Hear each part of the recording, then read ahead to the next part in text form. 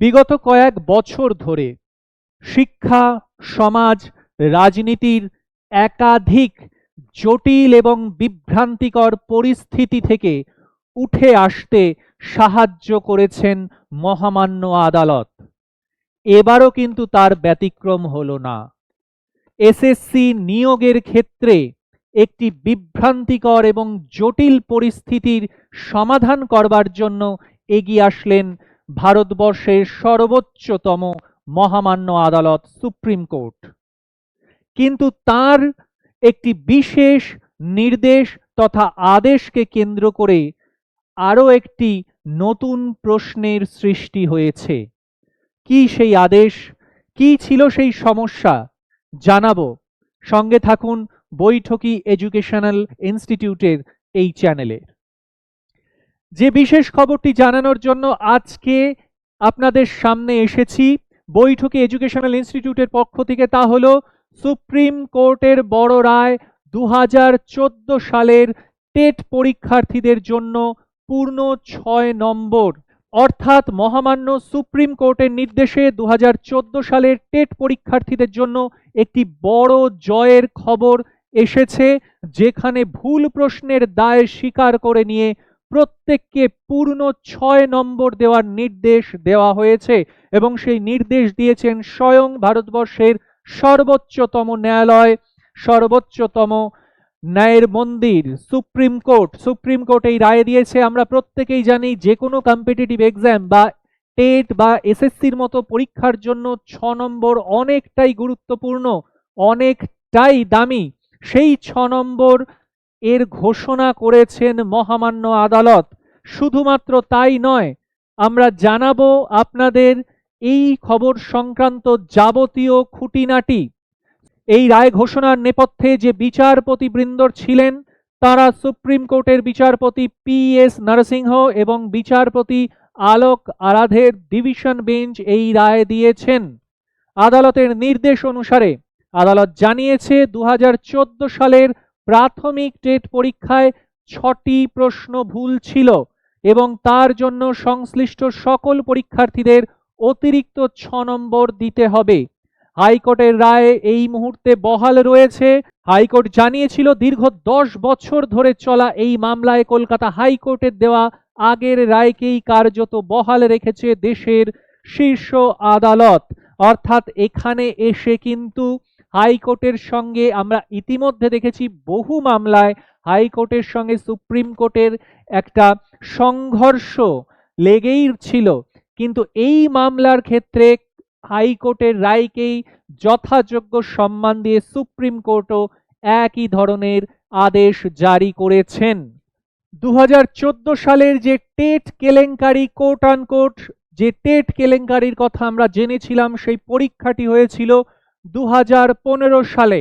2015 সালে পরীক্ষার পটভূমি ছিল 2015 সালে অনুষ্ঠিত এই পরীক্ষায় প্রায় 22 থেকে 23 লক্ষ পরীক্ষার্থী বসেছিলেন। মামলার কারণ হিসেবে বলা যেতে পারে পরীক্ষার প্রশ্নপত্রের উত্তরপত্রের অপশনগুলোতে ভুল রয়েছে বলে মামলা দায়ের করা হয়েছিল। বিশ্বভারতীর বিশেষজ্ঞদের নিয়ে গঠিত কমিটির রিপোর্টের ভিত্তিতে হাইকোর্ট 6টি প্রশ্ন ভুল বলে রায় দিয়েছিল।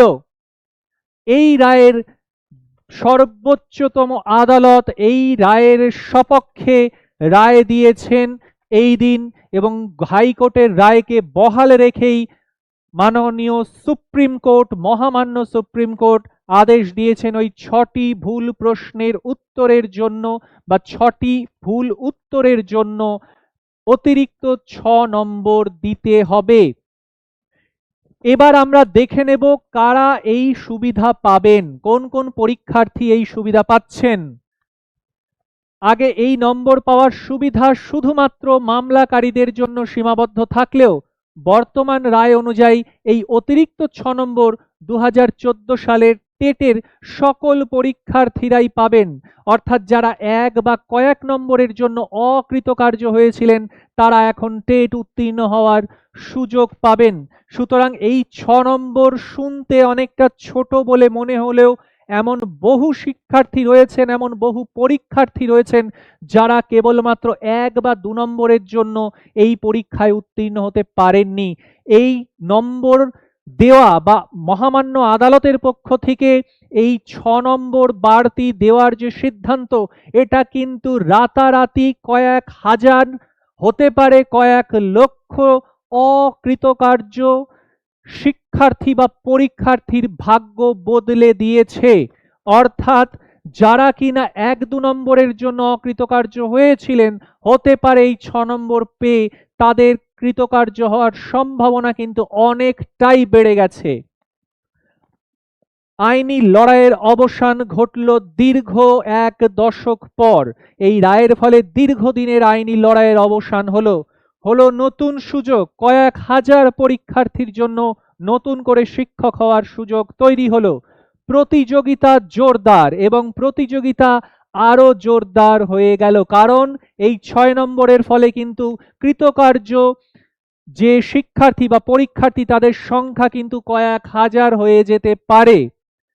সুতরাং এবার কিন্তু উপযুক্ত শিক্ষক নির্বাচনের যে পরীক্ষা বা যে ইন্টারভিউ বা যে মৌখিক যা কিছু ভেরিফিকেশনই বলি, যা কিছুই বলি না কেন, সেক্ষেত্রে কিন্তু অনেক বেশি প্রতিযোগিতার মুখোমুখি হতে হবে চাকরি প্রার্থীদের। আমরা আরো একবার ছোট্ট করে দেখে নেব এই যাবতীয় মামলা, এই 1 দশক ধরে মামলার নেপথ্যে থাকা গুরুত্বপূর্ণ কিছু টপিক। 2014 সালের টেটের হাল হকিকত কি ছিল আমরা একটু দেখে নেব।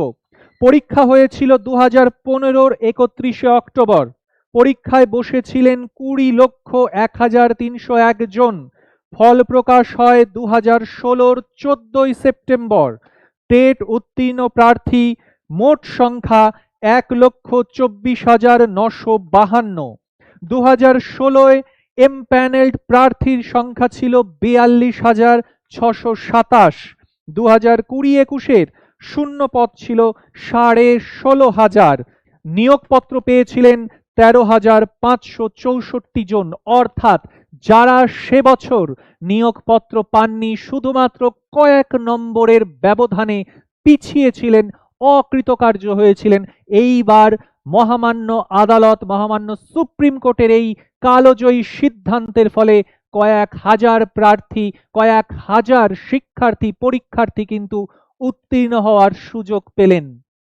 আপনিও জানান যে এই ধরনের সিদ্ধান্ত আমাদের ভবিষ্যৎ প্রজন্মকে আরো এক ধাপ শিক্ষার দিকে এগিয়ে নিয়ে যেতে পারে কিনা, বা এই ধরনের সিদ্ধান্তের ফলে কোনো ধরনের জটিলতা সৃষ্টি হতে পারে কিনা।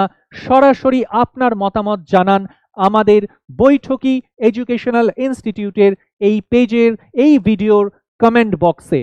দেখা হচ্ছে এমনই এর আরেকটি অন্য ইনফরমেটিভ ভিডিও আপডেট নিউজের সঙ্গে পরবর্তী ভিডিওতে। সঙ্গে থাকুন।